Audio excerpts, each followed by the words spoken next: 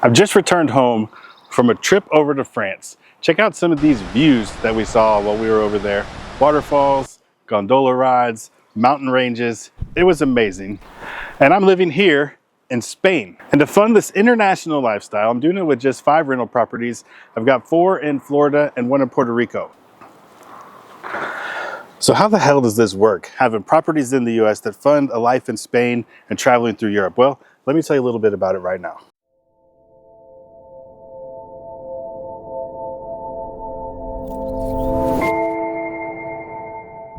Let me start by just saying this is the Retirement Mentality channel. It's a place where I want to change your mentality about retirement. And I do that by talking about my own experiences. I lived in the Virgin Islands for a couple of years. I retired at 45, kind of went back to work, moved back to Florida. Now we just bought a house here in Spain and we're funding it, like I say, with 5 rental properties. And I like to make that point because I think a lot of people dream about living an international lifestyle, moving abroad. And there's tons of content people are making out there. And a lot of it's the AI generated 5 best places to retire in Europe, or the 5 cheapest countries you can live. And there's a long list of countries where you can actually live on between $2,000 and $5,000 a month. But let's be honest, most of the people making those videos haven't actually done those things. And just looking at Numbeo numbers to figure out what it costs to live somewhere, or, you know, there's a guy named Ronan Blue. No offense to this guy, he's a hard worker, he busts his ass, he makes a lot of videos, but he hasn't actually lived in the places he's talking about, you know, great places to retire. And so if it's something you're actually thinking about doing, you got to listen to the people who have actually done it. There's a lot of things you can't plan for when looking to move abroad. Things like, we just found a 10-inch long centipede in our bedroom. Luckily not in our bed, but I heard that's a place they like to hang out. And that's not something that I would imagine you would find here in the Pyrenees Mountains in northern Spain. You know, we own property in Puerto Rico. All the number crunching in the world is not going to tell you that there's lots of 20-hour power outages where all the food in your refrigerator goes bad. And things like when we lived in the Virgin Islands, that I spent 3 days at the BMV. That's with a B because they don't call it the DMV, it's the Bureau of Motor Vehicles.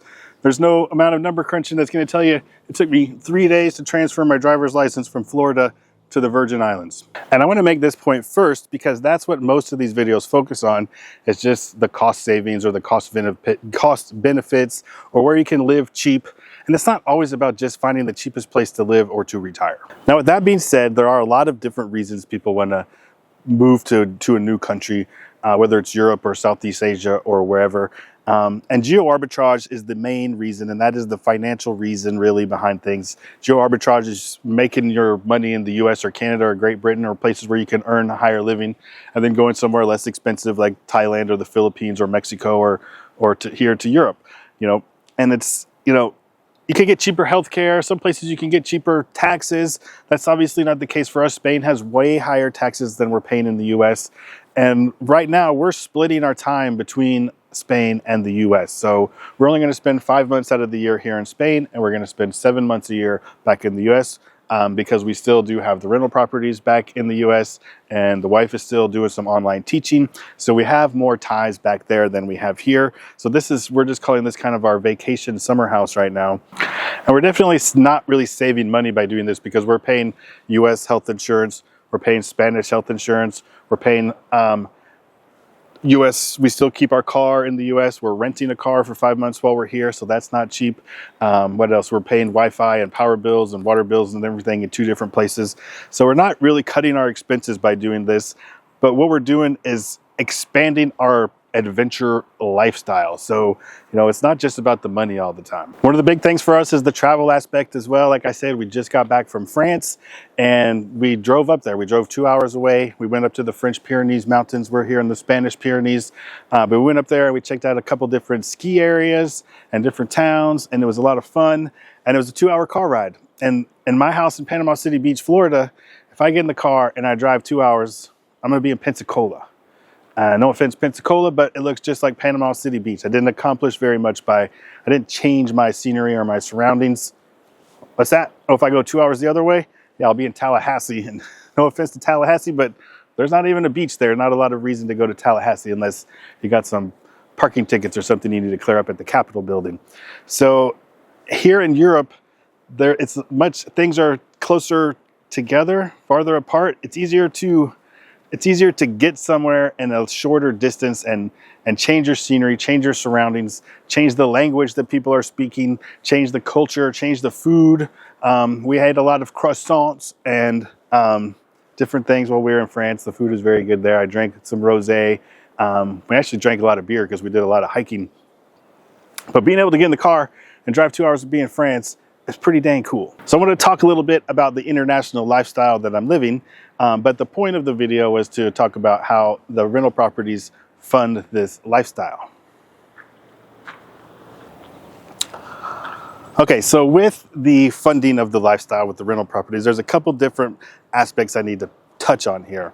One of them is the management aspect of it. And because we only have 5 properties, it makes it easier for us to manage the properties ourselves. We don't have to pay management fees. Asterisk, we do pay a manager for the house in Puerto Rico. But with the houses in Florida, we manage those ourselves.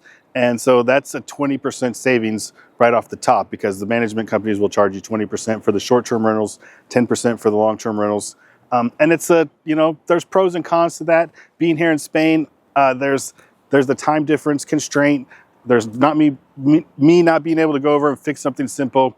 I just had a leaky toilet, had to send my handyman over there. It's $100 for him to show up. Before he had to replace the float, he had to buy a few things. So it cost me $130 for something I could have zipped over and done myself if I was there. But I did it while I was in France. So, that's the pro and the con there. It cost me a little bit more, but I have the lifestyle freedom to live the lifestyle that I want to live. Also, the exchange rate is not really working in our favor right now. When we bought this house in January of this year, the euro to dollar was about $1.03. So it cost us 3% extra to buy this house. Now it's about 113. So it's about 10 cents on every dollar more we're paying for things whenever we buy stuff. So I just bought a TV. I just bought a Makita blower, a Makita drill. I just bought a entertainment center for the TVs. So I spent a couple $1,000s in the last 2 weeks just buying stuff for the house. But that extra 10% adds on to everything else. On top of they have high taxes here. They call it a VAT. But all those things add up. So again, pros and cons. But we've been doing this for a long time. So we've got systems in place. We've got the handyman. We've got the plumber that we call. We've got the electrician that we call. We've got the cleaners that we've been working with. So it's not something you can just jump into. You can't just buy 5 properties and leave the country. We worked up to this. We've been doing this for about 10 years with the rental properties, not necessarily with the intention of moving out of the country, but we had the systems in place. We knew we could do it after we went to the Virgin Islands for a couple of years. The world didn't fall apart. We did learn some things that we weren't doing great. We had some reviews that were getting worse and worse the longer we were gone. So we learned a few things we needed to do, as far as me going back every 6 months and putting physical eyes and hands on the property and sprucing things up and re-cleaning things that don't get done by the actual cleaners. Because there's one thing I've learned is that if you have managers or cleaners or guests or tenants, none of them give a shit about your property as much as you do. And that's another advantage to only having 5 properties, when I can go back and put my hands on everything and spruce things up and pull the weeds and fix the fence picket that fell down, whatever it is, the little things you need to just go and do. And even if you have a property manager, they may be managing 30 properties, 100 properties, 500 properties, and you're just not their number one priority. So by keeping the real estate portfolio lean and small, it gives you more access to control things and control the quality, be your own quality control. Now, some people will say, oh, well, I have 100 doors, but I have my own manager who manages all those properties. And even that one guy who manages it for you, he still doesn't care as much as you do, but you're still managing that guy, and you're going to have a staff. So it's just all more work the more properties that you have. And the last point that I want to make about using real estate to fund this international lifestyle that I have, and whether you're using real estate or stocks or ETFs or whatever investment you're using, one of the main keys, I talk about this on my channel all the time, is you have to know what you want your life to look like, and then you can figure out how much that life costs. And once you figure out how much that life costs, then you can figure out how many rental properties you need, or how big of a pile of stocks or bonds or ETFs or whatever it is you want to use to fund the lifestyle. You have to have the income to fund the lifestyle. So for us, we have the income from the rental properties, but we don't just have the income from the rental properties. We also have another little pile of cash over here. That's the reserve fund or the emergency fund or whatever you want to call it. Because, you know, a lot of people think once I get the income, then I'm set and I can just go jump in to move out of the country or do whatever. But you still got to have this reserve pile over here, because the beauty of the income is, I can live off of the income because I know how much my life costs. So I know how much my income is with a little buffer in there. So I have a little extra.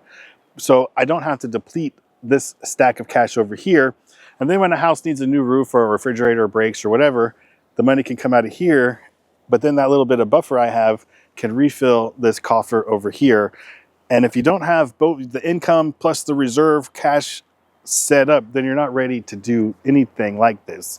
I think that some people work too long and wait too long, but you can go too early without having both of these things to handle the rainy days as well as living within your means from the income. So I want to make that point very clear as well.